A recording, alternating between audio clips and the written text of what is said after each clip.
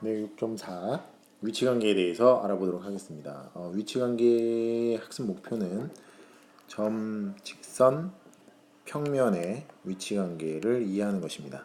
사실은 이 위치관계는 이해한다기보다는 직관적으로 여러분들이 그 위치관계를 찾아야 되는데 생각보다 쉽지 않습니다.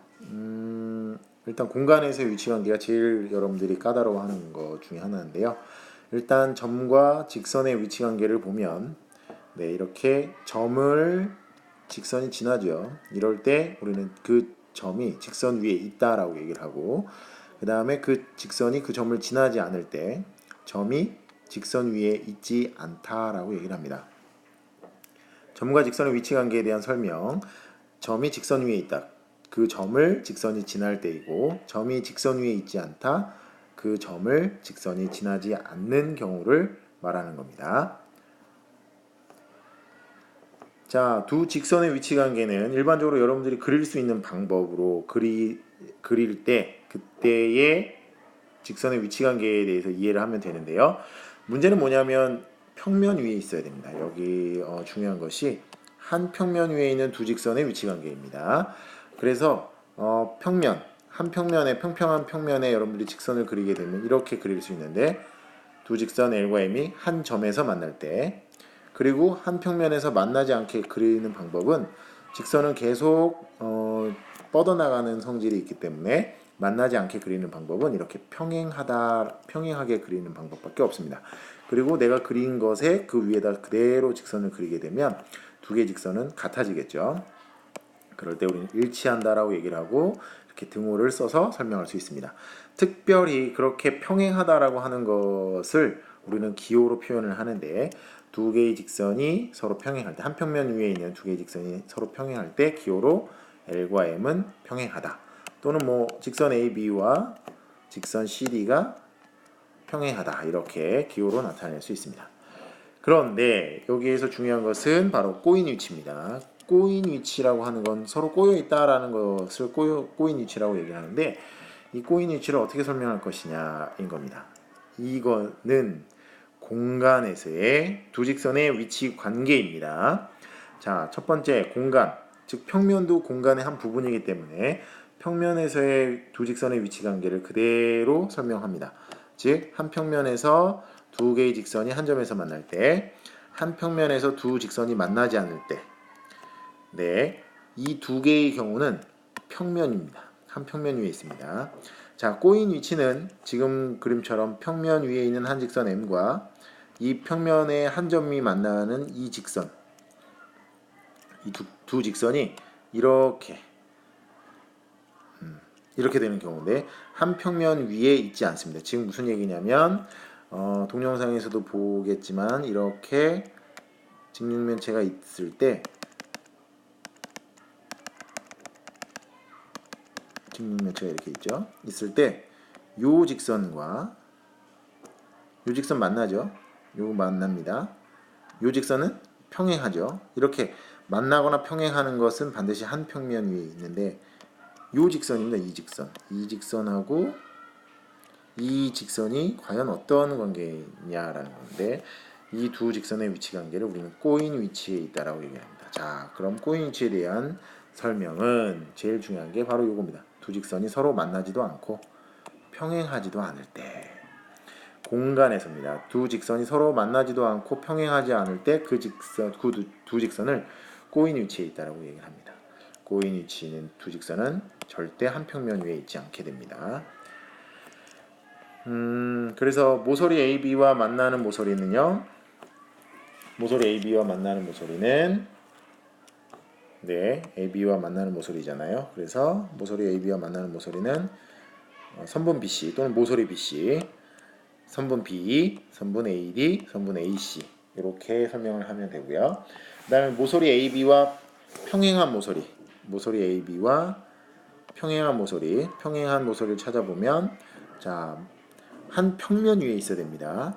따라서 바로 이 녀석이 평행한 모서리가 되겠죠. 따라서 평행한 모서리는 모서리 DE가 되겠습니다. 자, 그 다음 꼬인 위치에 있는 모서리.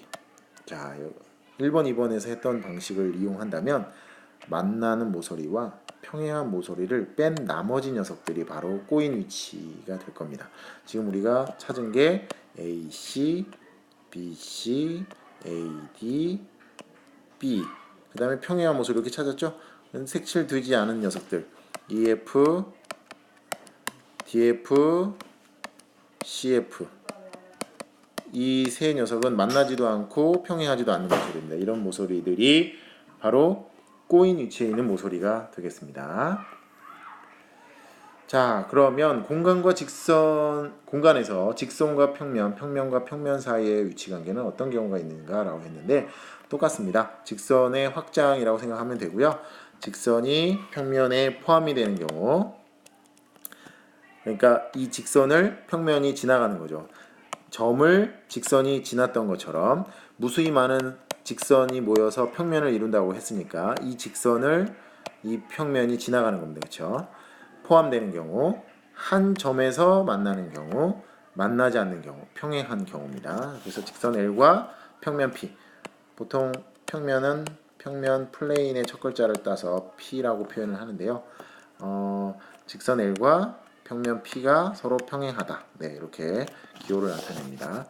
근데 2015 교육과정에서 평행하다라고 하는 기호는 아마 그냥 이렇게 일자로 이렇게 되는 것 같은데 어쨌든 여러분들은 이렇게 약간 눕혀 있는 상태에서 평행하다라는 기호를 써야 되고요. 자, 그다음 직선과 평면이 만나는데 특별히 어떻습니까? 평면상에 있는 이 직선과 이 직선과 이 직선하고 이 L이라고 하는 직선이 직각으로 만나고 있죠. 자, 이 직각으로 만나고 있다라는 얘기는 다시 얘기한다면 이 평면하고도 수직으로 만난다라는 얘기입니다. 따라서 직선 L과 평면 P는 서로 수직이다 라고 표현을 하고 직교한다. 기호로는 역시 직선 L과 평면 P는 먹어라가 아닙니다. 수직으로 만난다 이렇게 얘기를 하고요. 직선 L을 평면 P의 수선이라고 합니다. 자, 면 ABCD에 포함되는 모서리, 면 ABCD에 포함되는 모서리는 모서리 AB, 모서리 BC, 모서리 CD, 모서리 DA이고요.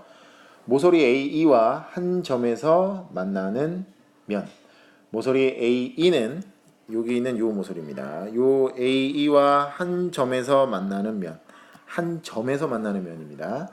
따라서 이렇게 빨갛게 칠한 요 면 ABCD, 그 다음 아래에 있는 요 면 EFGH 이렇게 두 개의 모서리가 면이 되겠고요.